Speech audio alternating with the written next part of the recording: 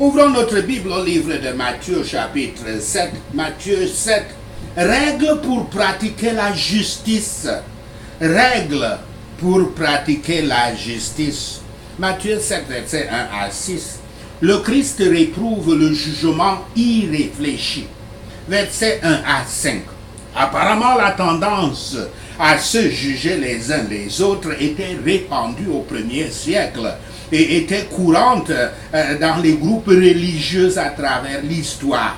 La base éthique fondamentale de la foi en Christ est que les disciples, étant les enfants, les disciples et ceux qui sont les chrétiens, étant les enfants de Yahweh, devraient s'aimer les uns les autres parce que l'amour est l'accomplissement de la loi.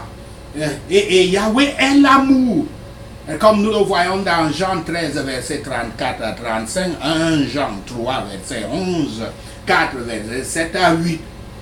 Bien que le discipulat, le fait d'être disciple, le métier, si on peut appeler ainsi, le ministère du disciple, nous l'appelons discipulat. Donc, bien que le discipulat du Christ soit une exception à cette faiblesse, la nature humaine laisse encore les disciples du Christ exposés au péché de juger injustement les autres. Il y a de l'orgueil à juger les autres, ce qui est une prétention d'être comme Yahweh et de connaître la partie, l'intérieur des personnes jugées, comment dire, la vie intérieure des personnes jugées. Nous devons nous juger et juger nos propres actes, mais ne pas faire de notre parole une loi pour tout le monde. Nous ne devons pas juger avec précipitation, ni porter un jugement sur notre frère ou notre soeur sans aucune raison. La raison étant les Écritures saintes. Quand on dit sans aucune raison, c'est que sans aucune base sur les Écritures saintes. Nous ne devons pas faire les cas des gens, nous ne devons pas les présenter comme les pires. Voici un juste reproche à ceux qui se querellent avec leurs frères et sœurs pour de petites fautes, alors qu'ils se permettent eux-mêmes dans des grandes fautes, dans des plus grandes fautes. Certains péchés sont comme des pailles, tandis que d'autres sont comme des poutres. Certains comme un moucheron, d'autres comme un chameau. Ce n'est pas qu'il y ait il n'y a pas de petits péchés, mais que ce soit une paille ou une écharde, c'est dans l'œil. Que ce soit un moucheron, c'est dans la gorge. Les deux sont douloureux et dangereux. Et nous ne pouvons pas être à l'aise ou nous sentir bien tant qu'ils ne sont pas sortis.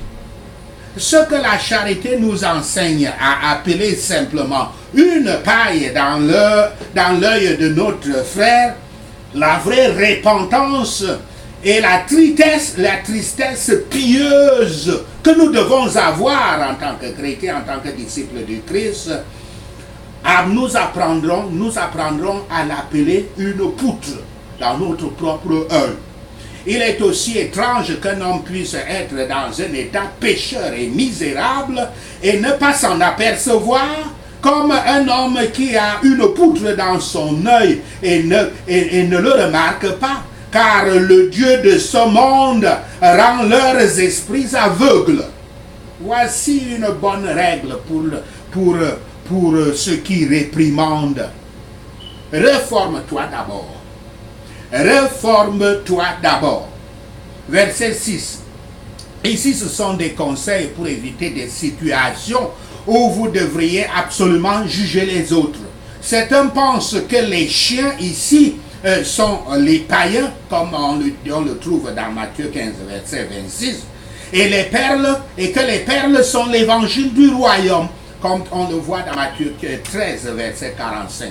Les chiens peuvent également se référer aux méchants et aux oppresseurs plus généralement, comme on le voit dans Somme 22, versets 16 et 20, 59, versets 14 à 15, Proverbe 26, verset 11. Mais les chiens sont des animaux qui aboient autant contre ceux qui les nourrissent que contre les étrangers qui passent. Les porcs sont considérés comme les animaux les plus impurs et les plus repoussants, comme nous le voyons dans Lévitique 11, verset 7, Isaïe 65, verset 4, 66, verset 3 et 17, Luc 15, verset 15 à 16.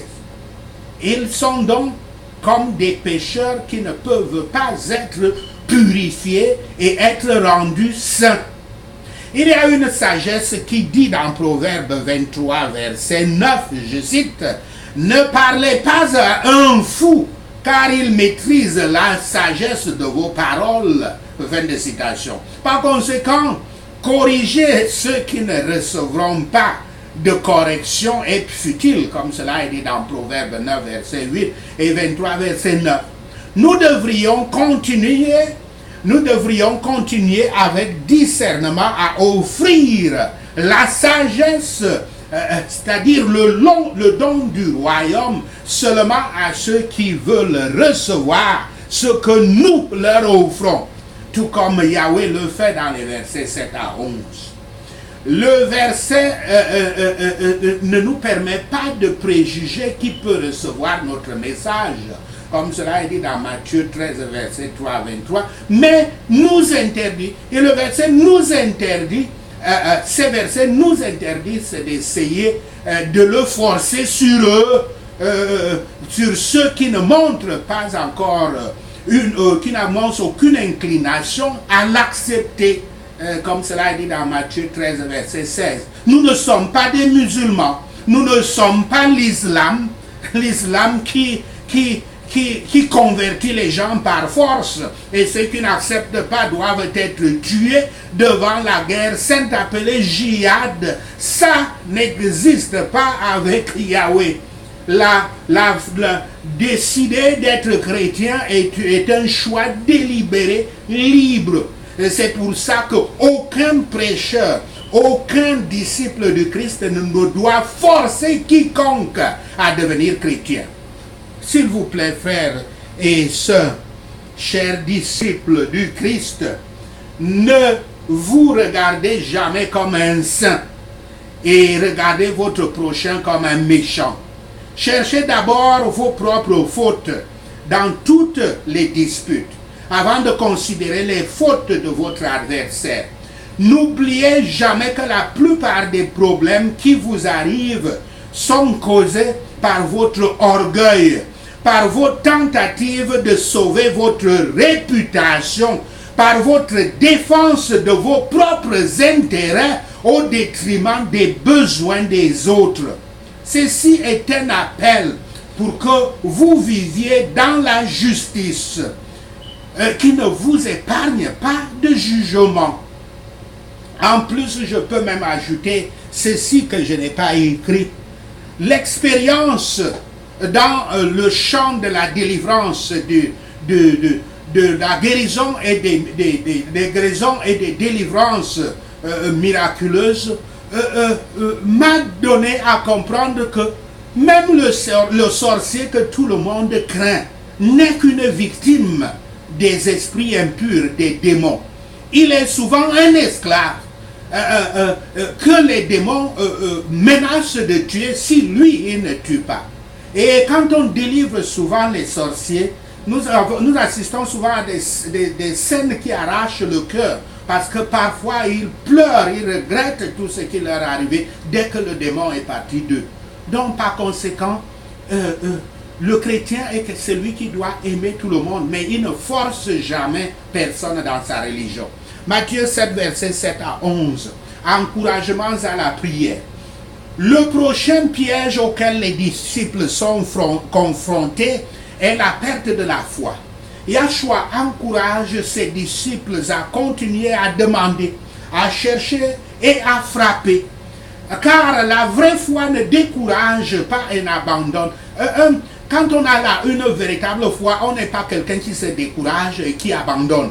La patience est le résultat de la foi. C'est par la patience qu'on sait que quelqu'un est un homme de foi, est une personne de foi. Le découragement est le résultat de manque de foi. Toutes les fois que vous venez, que quelqu'un n'est jamais patient, il n'y a pas de foi en lui. Les disciples doivent être comme leur Père céleste Yahweh. Ils doivent s'aimer les uns les autres et être constants dans leur foi qui se manifeste par l'absence de peur, l'absence de doute, l'absence de découragement.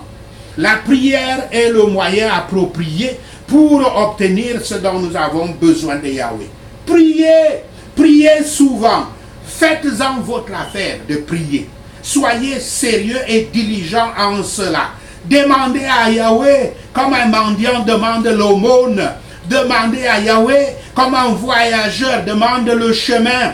Cherchez Yahweh comme une chose de valeur que vous avez perdue, ou comme le marchand qui cherche de belles perles. Frappez à la porte de Yahweh comme celui qui veut entrer dans une maison frappe à la porte. Le péché sait faire, le péché a fermé, a barré la porte contre nous. Par la prière, nous devons frapper cette porte. Tout ce que vous priez, selon la promesse, parce que vous devez prier selon la promesse que Dieu a faite, vous sera donné, vous sera donné. Si Yahweh le voit convenable pour vous, sinon, que voulez-vous de plus? Parce que lui, il sait ce dont vous avez besoin. Ceci est fait pour s'appliquer à tous ceux qui prient correctement. Quiconque demande reçoit, juif ou païen, jeune ou vieux, riche ou pauvre, élevé ou bas, maître ou serviteur, instruit ou non instruit, tous sont à égalité bienvenus au trône de la grâce de Yahweh s'ils viennent dans la foi. Ceci est expliqué par une comparaison prise des parents terrestres et leur disposition à donner à leurs enfants ce qu'ils demandent. Les parents sont souvent follement friands, mais Yahweh est sage en tout. Il sait ce dont nous avons besoin, ce que nous désirons et ce qui nous convient. Ne supposons jamais que notre Père Céleste nous demande de prier, puis refuse d'entendre et nous donne ce qui serait blessant pour nous. Matthieu 7, verset 12 à 14. Le chemin large et le chemin étroit. Verset 12. La règle d'or, comme ce dicton est communément connu, comme la règle d'or, n'est pas unique à Yahshua et au christianisme, car elle se trouve dans la plupart des religions sous une forme ou une autre. Dans le judaïsme, il se trouve sous la forme négative. Un certain rabbin juif, rabbin Hillel, la résuma comme suit. Ce qui vous est odieux, ne le faites pas à autrui. La forme du disciple du Christ donnée par Yahshua est cependant plus positive et plus puissante que la forme négative, mais qui ne nie pas la bonne intention de la forme négative, bien sûr. Cette énonciation proverbiale est simplement une autre manière d'exprimer l'éthique fondamentale du royaume de Dieu, de s'aimer les uns les autres. La règle d'or exprimant la loi de l'amour est ce dont il était question dans la loi et les prophètes, c'est-à-dire l'Ancien Testament. Versets 13 à 20. Cette section traite du problème des faux enseignants et de l'engagement envers les enseignements de Yahshua. Nous sommes de nouveau confrontés à l'idiome juif de deux voies opposées. Ici, l'une est étroite, l'autre est large. La voie étroite est la plus difficile. Yahshua sait que la route à suivre pour les disciples, les chrétiens, entraînera l'opposition et même une persécution sérieuse. Les autres difficultés sont l'abandon du monde. Pas facile aux gens d'abandonner le monde. Le passage par le brisement et l'abandon total de soi à Yahweh. Face à de telles difficultés qui font que la voie est étroite, les disciples seront tentés de choisir la voie plus facile. Peut-être celle de conserver leur religion juive fondée sur la loi plutôt que de suivre Yahweh dans la liberté à travers le Christ. Mais plus sûrement de suivre le monde et ses dieux. Christ est venu nous enseigner non seulement ce que nous devons savoir et croire, mais ce que nous devons faire. Non seulement envers Yahweh, mais envers les gens. Non seulement envers ceux de notre parti ou de notre persuasion, de la même philosophie que nous, mais envers les gens en général. Tous ceux avec qui nous devons traiter. Nous devons faire de notre prochain ce que nous reconnaissons comme étant juste et raisonnable pour nous-mêmes. Nous devons, dans nos relations avec les gens, nous supposer dans la même situation et les mêmes circonstances que ceux avec qui nous avons affaire et agir en conséquence. Il n'y a que deux voies. La voie droite, il n'y a que deux voies, deux voies. Le droit et le faux, le bien et le mal, le chemin du ciel et le chemin de l'enfer. Dans l'une ou l'autre d'entre elles, chacun d'entre nous marche. Il n'y a pas de voie médiane dans l'au-delà. Et il n'y a pas de voie intermédiaire maintenant. Il n'y a que ou vous êtes dans l'une des voies ou vous êtes dans l'autre. C'est ce qu'on appelle la dualité de l'existence. Tous les enfants des hommes sont des saints ou des pécheurs, des pieux ou des impies, mais pas les deux à la fois. Il n'y a pas de voie intermédiaire. Voyez en ce qui concerne la voie du péché et des pécheurs, que la porte est large et reste ouverte. Vous pouvez entrer à cette porte avec toutes vos convoitises que vous portez. Elle ne dresse aucun contrôle aux appétits et aux passions. C'est une voie large. Il y a beaucoup de chemins dedans. Il y a le choix des voies pécheresses. Il y a beaucoup de gens sur cette voie. La grande majorité d'ailleurs de l'humanité. Mais quel profit a-t-il à être disposé à aller en enfer avec les autres parce qu'ils n'auront pas, ils n'iront pas au paradis avec nous? Le chemin de la vie éternelle, en revanche, est étroit. Nous ne sommes pas au paradis dès que nous franchissons la porte étroite, sachez-le. Le moi, le Dieu du moi, doit être dénié. Le corps doit être maintenu sous contrôle. Et les corruptions doivent être mortifiées. C'est ce que nous appelons le brisement. Les tentations quotidiennes doivent être combattues. Les devoirs doivent être faits. Nous devons veiller à toutes choses et marcher avec soin. Et nous devons traverser beaucoup de tribulations. Et pourtant, cette voie devrait nous inviter tous. Elle mène à la vie, de présenter le réconfort dans la faveur de Yahweh, qui est la vie de l'âme. Elle mène à la béatitude éternelle, dont l'espoir au bout du chemin devrait nous faciliter toutes les difficultés de la route. Cette déclaration pure du Christ a été négligée par beaucoup de gens qui ont pris soin de l'expliquer, par beaucoup de pasteurs, de prêcheurs, de prédicateurs. Mais dans tous les siècles, le vrai disciple du Christ est regardé comme un personnage singulier, démodé. Et tous ceux qui se sont rangés du côté du plus grand nombre ont continué sur la grande route de la destruction. Si nous voulons servir Yahweh, nous devons être fermes dans notre foi. Pouvons-nous souvent écouter parler de la porte étroite et de la voie étroite, et combien y en a-t-il qui la trouvent sans sentir de la peine pour eux-mêmes, sans se demander s'ils sont entrés dans la voie étroite et quel progrès ils y ont accompli. Matthieu 7, verset 15 à 20, contre les faux prophètes. Rien n'empêche les gens d'entrer par la porte étroite et de devenir de véritables disciples du Christ, véritables chrétiens, plus que les doctrines, rien ne les empêche plus que les doctrines charnelles, apaisantes et flatteuses de ceux qui s'opposent à la vérité, ceux qui sont dans le monde. Ils peuvent être connus par la dérive et les effets de leur doctrine. Une partie de leur caractère et de leur conduite est contraire à l'esprit du Christ. Ces opinions qui mènent au péché ne viennent pas de Yahweh. Et beaucoup de prophètes, de faux prophètes, enseignent de telles positions. Matthieu 7, versets 21 à 29. Être les faiseurs de la parole et non pas seulement les auditeurs de la parole.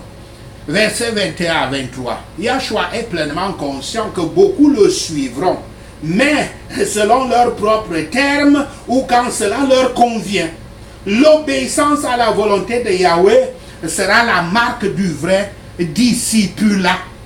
Dans le contexte du sermon sur la montagne, avec son insistance sur la justice comme relation avec Yahweh et sa volonté, il n'est pas surprenant que Yahshua termine avec cet enseignement.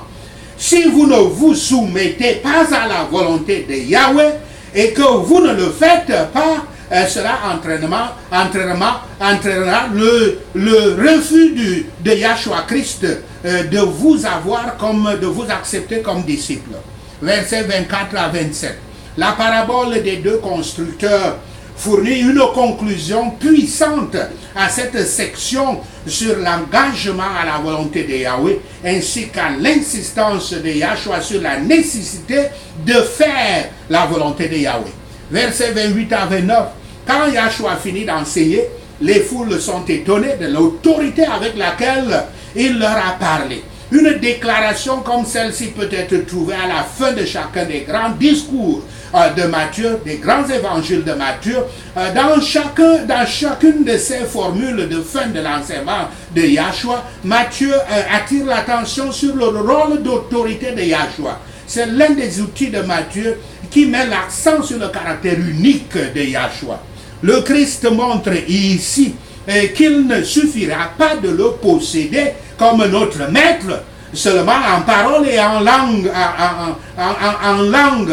Il est nécessaire à notre bonheur que nous croyions en Christ, que nous nous repentions du péché, que nous vivions une vie sainte, que nous nous aimions les uns les autres. C'est la volonté et même notre sanctification, c'est cela. Veillons à ne pas nous reposer sur des privilèges et des actes extérieurs, car nous pouvons nous tromper et périr éternellement comme le font les multitudes avec un mensonge dans notre main droite. Que tous ceux qui appellent le nom de Yahshua s'écartent de tout péché. Il y en a d'autres dont la religion repose à lui l'écoute, et qui ne vont pas plus loin. Leurs têtes sont remplies de notions vides. Ces deux sortes d'auditeurs sont représentés comme deux constructeurs. Cette parabole nous enseigne à entendre et à exécuter les paroles du Seigneur Yahshua. Certaines peuvent sembler difficiles à la chair et au sang, à l'homme humain, mais elles doivent être exécutées. Le Christ est posé comme une fondation, et tout ce qui est en dehors du Christ est du sable. Certains fondent leurs espoirs sur la prospérité mondaine, d'autres sur une profession de religion extérieure. Sur de telles choses, ils s'aventurent, mais elles sont toutes du sable, trop faibles pour supporter le tissu, le tissu de nos espoirs du ciel. Il y a une tempête à venir qui va tester le travail de chacun de nous. Quand Yahweh enlève l'âme, où est l'espoir de l'hypocrite? La maison est tombée dans la tempête quand le constructeur en avait le plus besoin et s'attendait à ce que ce soit un abri pour lui. Elle est tombée quand il était trop tard pour en construire une autre. Que Yahweh fasse de nous des bâtisseurs sages pour l'éternité. Alors rien ne nous séparera de l'amour de Yahshua. Les multitudes étaient étonnées de la sagesse et de la puissance de la doctrine du Christ. Et ce sermon, si souvent lu, est toujours nouveau. Il est toujours nouveau. Chaque parole prouve que son auteur est divin.